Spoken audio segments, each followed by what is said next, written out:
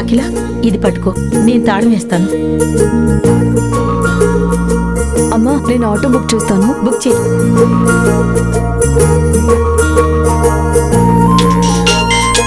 ఈ ఫోన్ ఒకటి కనిపెట్టకపోయి ఉంటే ఈ భూమి మీద అన్ని పనులు సక్రమంగా జరిగేవి. లక్ష్మి, నేను తాళం వేస్తున్నాను. ఈ ఫోన్ లిఫ్ట్ చేసి స్పీకర్ ఆన్ చేయి. ఇంటి బ్రోకర్ గారు కాల్ చేస్తున్నారు. ఆయనకి మనం కొత్త ఇల్లు చూసినట్టుగా చెప్పావా అమ్మా? అయ్యో, మర్చిపోయాను లక్ష్మి. అయితే అది అడగడానికే ఫోన్ చేస్తున్నట్టున్నారు. నేను మాట్లాడతానమ్మా.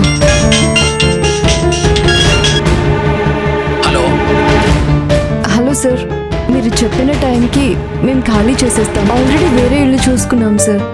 షిఫ్ట్ అవ్వడమే మిగిలింది. అమ్మా లక్ష్మి, నువ్వు మాట్లాడుతున్నావా?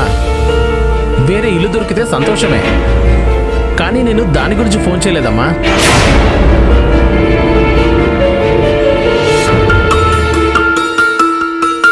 మరెందుకు చేశారు? పార్టీ ఇల్లు చూడ్డానికి వస్తున్నారు. 10 నిమిషాల్లో నేనే తీసుకొస్తాను. మీరు ఇంట్లోనే ఉంటారు కదా?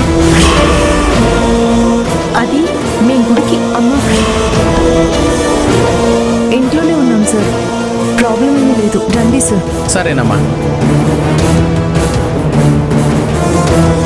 అమ్మా, తీసుకో.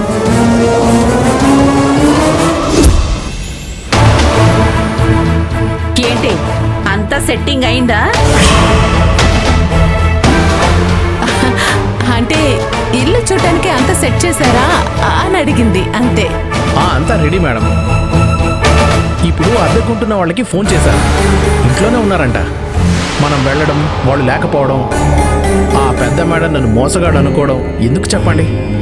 అందుకే నేను ఫోన్ చేసి కనుక్కున్నాను. ఏ చూసావా, అంతా సెట్టింగ్ అయిందా అని అడగగానే ఎలా తడబడుతున్నాడు. కర్మ. సెట్టింగ్ అయిందా అని అడగగానే ఏం చెప్పాలో అర్థం కాక మళ్ళీ అబద్ధం చెప్తున్నాడే. ఇలా నాటకం ఆడి మనల్ని మోసం చేయాలనుకుంటే నేను అస్సలు ఊరుకోను. వాడి ప్లాన్ వాడుకుంటే నా ప్లాన్ నాకుంటుంది.